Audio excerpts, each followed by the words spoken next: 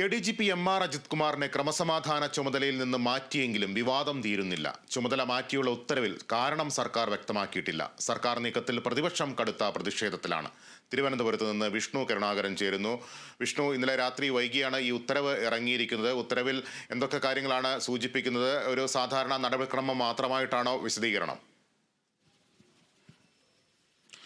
തീർച്ചയായിട്ടും ലിബീഷ്, ഇത് ഈ ഒരു നടപടി, അതായത് പ്രത്യേകിച്ചും ഈ MR അജിത് കുമാറിനെതിരായ നടപടി വളരെ വൈകിയാണ് ഉണ്ടായത്. ഈ നടപടി പ്രത്യേകിച്ചും എടുത്തു പറയുമ്പോൾ ഇത് ഒരു കൃത്യമായ ഒരു നടപടി എന്ന് പറയാനാകില്ല. കാരണം ഈ ഒരു വിഷയത്തിൽ ഒരു സാധാരണഗതിയിലുള്ള ഒരു സ്ഥലം മാറ്റം ഓർഡർ മാത്രമായാണ് ഇത് വരുന്നത്. അതിൽ പ്രത്യേകിച്ചും ഇക്കാര്യങ്ങൾ വ്യക്തമാക്കുന്നില്ല. അതായത് ഈ ആരോപണങ്ങൾ ഉയർന്നതുകൊണ്ടോ അല്ലെങ്കിൽ MR അജിത് കുമാറിനെതിരെ വലിയ രീതിയിലുള്ള തെളിവുകൾ ശേഖരിച്ചതോ അല്ലെങ്കിൽ അന്വേഷണ റിപ്പോർട്ട് സമർപ്പിച്ചതോ ആയുള്ള കാര്യങ്ങളൊന്നും ഈ സ്ഥാനമാറ്റത്തിന് വരുന്നില്ല. അതിന്റെ ഉത്തരവിലൊന്നുമില്ല. പകരം ഇതൊരു സാധാരണ രീതിയിലുള്ള ട്രാൻസ്ഫർ ഓർഡർ മാത്രമായാണ് ഇത് മാറുന്നത്. കഴിഞ്ഞ ദിവസം പ്രതിപക്ഷം അടക്കം രാത്രി ഇക്കാര്യം അറിയിച്ചിരുന്നു. അതായത് ഈ മുഖ്യമന്ത്രിയുടെ ഈ നടപടിയായി കാണാൻ സാധിക്കില്ല. ഇത് സാധാരണഗതിയിലുള്ള സ്ഥലം മാറ്റം അല്ലെങ്കിൽ സ്ഥാനമാറ്റം എന്ന് മാത്രമാണ് പറയാൻ സാധിക്കുന്നത്. അല്ലാത്ത വിധത്തിൽ ഇതിനെ ഒരു കൃത്യമായ നടപടിയെന്ന്, ആരോപണങ്ങൾക്കുള്ള നടപടിയെന്ന് പറയാനാകില്ല എന്ന് പറയുന്നുണ്ട്. അതോടൊപ്പം ജനങ്ങളുടെ കണ്ണിൽ പൊടിയിടാൻ മുഖ്യമന്ത്രി ചെയ്യുന്ന ഓരോ കാര്യങ്ങളാണ് ഇതൊക്കെയാണെന്നുള്ളൊരു വിമർശനം പൂർണ്ണമായുമുണ്ട്. BJPയും ഇത്തരത്തിലുള്ള വിമർശനവുമായി രംഗത്ത് വന്നിരിക്കുന്നു. ഏതായാലും DGP നൽകിയ റിപ്പോർട്ടിൽ വിവിധ വിഷയങ്ങൾ ഉന്നയിച്ചിരുന്നു. അതായത് ഈ RSS കൂടിക്കാഴ്ച അടക്കമുള്ള കാര്യങ്ങൾ ഇതിൽ പ്രത്യേകിച്ച് പരാമർശിച്ചിട്ടുണ്ട്. അതിൽ വീഴ്ച വരുത്തിയതായും വ്യക്തമാക്കുന്നുണ്ട്. ADGP MR അജിത് കുമാർ പല അന്വേഷണങ്ങളിലും വീഴ്ചകൾ വരുത്തിയിട്ടുണ്ട്. അതോടൊപ്പം പല പ്രശ്നങ്ങളും ഈ പരാതികളും എല്ലാം ഉയരുന്നത് അത് വാസ്തവമാണെന്ന് തെളിയിക്കുന്ന രീതിയിൽ തന്നെയാണ് കാര്യങ്ങൾ മുന്നോട്ട് കൊണ്ടുപോകുന്നത്. ഇത്തരത്തിലുള്ള സാഹചര്യം നിലനിൽക്കുന്നതിനാൽ തീർച്ചയായിട്ടും ഇതൊരു വലിയ കടുത്ത നടപടിയിലേക്ക് പോകണമെന്നായിരുന്നു എല്ലാവരും ആഗ്രഹിച്ചിരുന്നത്. CPI അടക്കം ഒരു സ്ഥാനം മാറ്റം അല്ലെങ്കിൽ നീക്കണം, ലോ ആൻഡ് ഓർഡറിൽ നിന്നോ അല്ലെങ്കിൽ ക്രമസമാധാന ചുമതലയിൽ നിന്ന് നീക്കണം എന്നുള്ളൊരു ആവശ്യം ഉണ്ടായിരുന്നു.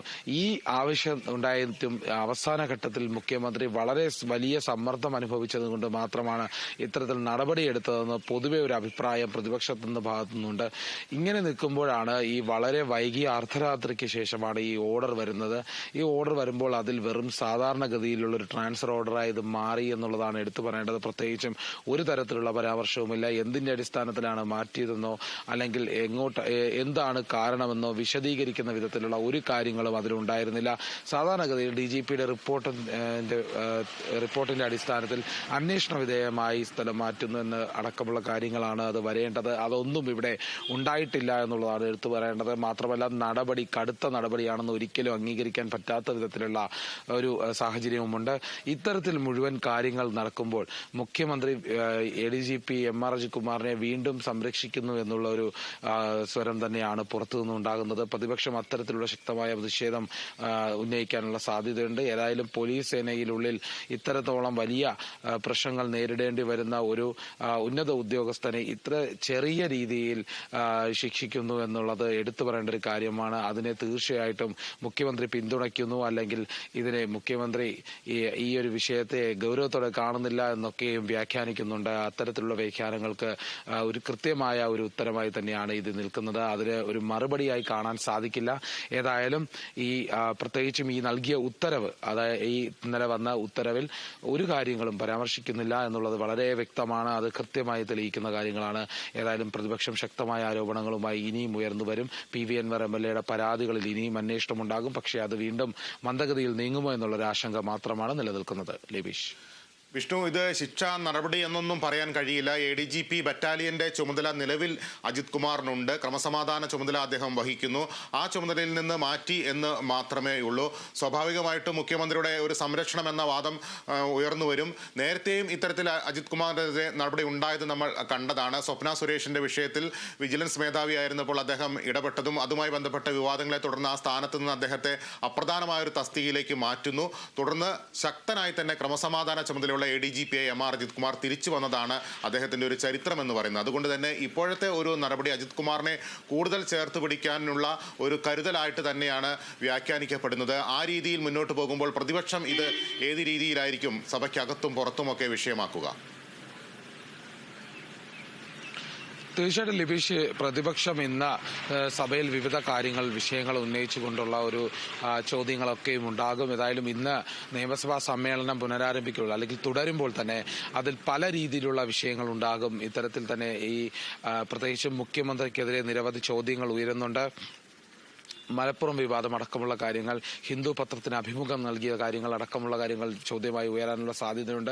ഇത്തരത്തിലുള്ള കാര്യങ്ങൾക്കൊപ്പം തന്നെ പോലീസ് സേനയിലെ വിഷയങ്ങൾ ചോദ്യമാകും. അത് നക്ഷത്ര ചിഹ്നമിടാത്ത ചോദ്യമാക്കി പിന്തള്ളിയതിനെക്കുറിച്ച് നേരത്തെ തന്നെ പ്രതിപക്ഷം വലിയ പ്രതിഷേധവുമായി മുന്നോട്ട് വന്നിരുന്നതാണ്. പ്രതിപക്ഷ നേതാവ് ഇക്കാര്യം സ്പീക്കറെ ബോധിപ്പിച്ചിരുന്നു. എന്നാൽ അതുകൊണ്ട് തന്നെ ഇതിനെ ഒരു വെളിച്ചത്ത് കൊണ്ടുവരുന്ന ചോദ്യമായി വരും. അത് കൃത്യമായി നേരിട്ട് മറുപടി നൽകേണ്ട സാഹചര്യത്തിലേക്ക് എത്തിക്കാൻ തന്നെയായിരിക്കും പ്രതിപക്ഷം മുന്നോട്ട് പോകുന്നത്. അതിൽ പോലീസ് സേനയുമായി ബന്ധപ്പെട്ട ചോദ്യങ്ങളിൽ MR അജിത്കുമാറിന്റെ വിഷയങ്ങൾ വളരെ ഗൗരവമായി ഉൾപ്പെടുമെന്നുള്ളത് എടുത്തു പറയേണ്ട കാര്യമാണ്. തീർച്ചയായിട്ടും MR അജിത്കുമാറിനെതിരെ പ്രതിപക്ഷം ശക്തമായ ഒരു ആയുധമായി കൊണ്ടുവരും. അല്ലെങ്കിൽ MR അജിത്കുമാറിനെ ആയുധമാക്കി മുഖ്യമന്ത്രിക്കെതിരെ വീണ്ടും ഉപയോഗിക്കാനുള്ള സാധ്യത കാണുന്നുണ്ട്. ഏതായാലും ശക്തമായ ഒരു നിലപാട് പ്രതിപക്ഷത്തിന്റെ ഭാഗമായി ഇത്തവണ ഉണ്ടാകും.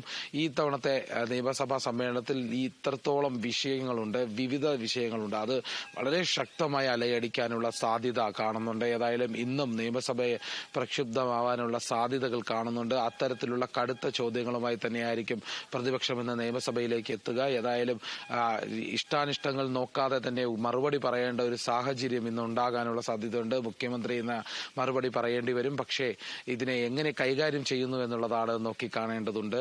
ഏതായാലും ഈ ADGP MR അജിത്കുമാറിന്റെ വിഷയമടക്കം വിവിധ കാര്യങ്ങൾ എന്തായാലും നിയമസഭയിൽ ഉന്നയിക്കും.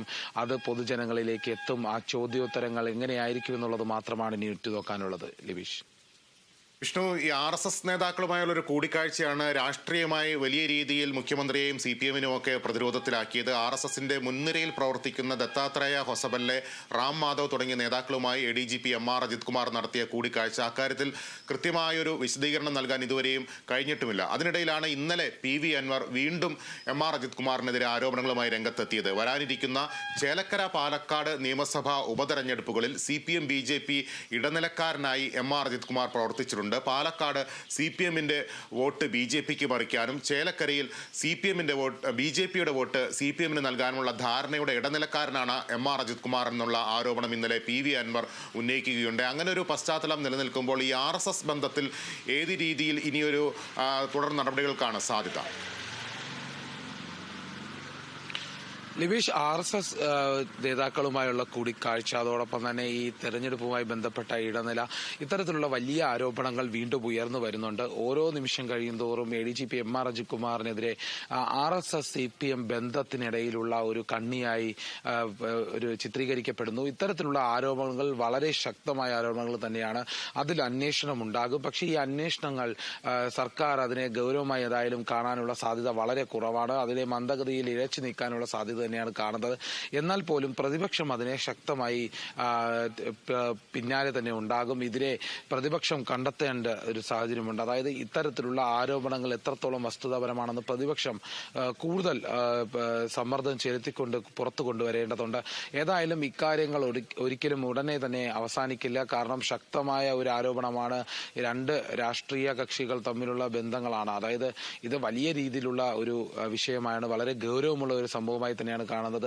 ഏതായാലും ഇത് പ്രതിപക്ഷത്തിനെ കൂടി ബാധിക്കുന്ന ഒരു പ്രശ്നം തന്നെയാണ്. ഏതായാലും ഇത് ശക്തമായി എതിരിടാൻ തന്നെയായിരിക്കും പ്രതിപക്ഷം തയ്യാറാകുന്നത്. പല വിധത്തിലുള്ള തന്ത്രങ്ങൾ മെനഞ്ഞ് ഇതിനെ പ്രതിരോധിക്കാൻ ഏതായാലും സംസ്ഥാന സർക്കാരും തയ്യാറാകും. അതിനെ പ്രതിപക്ഷം കൂടുതൽ ശക്തിയായി നേരിടും. ഇത്തരത്തിലുള്ള ഒരു സംഘടനാപരമായ ഒരു സംഘർഷം എന്തായാലും ഉണ്ടാകും. വളരെ ശക്തമായ ഒരു എതിർപ്പുകൾ തന്നെയായിരിക്കും പ്രതിപക്ഷത്തിന്റെ ഭാഗത്തുനിന്നുണ്ടാവുക. ഏതായാലും PV അൻവർ MLA കൂടി ഇനിയും കൂടുതൽ വിശദീകരണവും വിവരങ്ങളുമായി പുറത്തു വരും. അതിൽ കൂടി പ്രതിപക്ഷത്തിന് അത് ആയുധമാക്കിക്കൊണ്ട് തന്നെ സർക്കാരിനെതിരെ പോരാടാൻ സാധിക്കും. ഏതായാലും ഇത് വലിയ വിവാദങ്ങൾ ഉയരുന്നത് പോലെ തന്നെ ആ വിവാദങ്ങളെ കണ്ടെത്തുക, അല്ലെങ്കിൽ ആ വിവാദങ്ങളിൽ തെളിവുകൾ കണ്ടെത്തി അത് സത്യമാണെന്ന് തെളിയിക്കുക പ്രതിപക്ഷത്തിന്റെ കൂടെ ആവശ്യമാണ്. അതുകൊണ്ട് ശക്തമായ എതിർപ്പുകൾ ഇനിയും ഉണ്ടാകുമെന്ന് തന്നെയാണ് കരുതാൻ സാധിക്കുന്നത്. ലബീഷ്.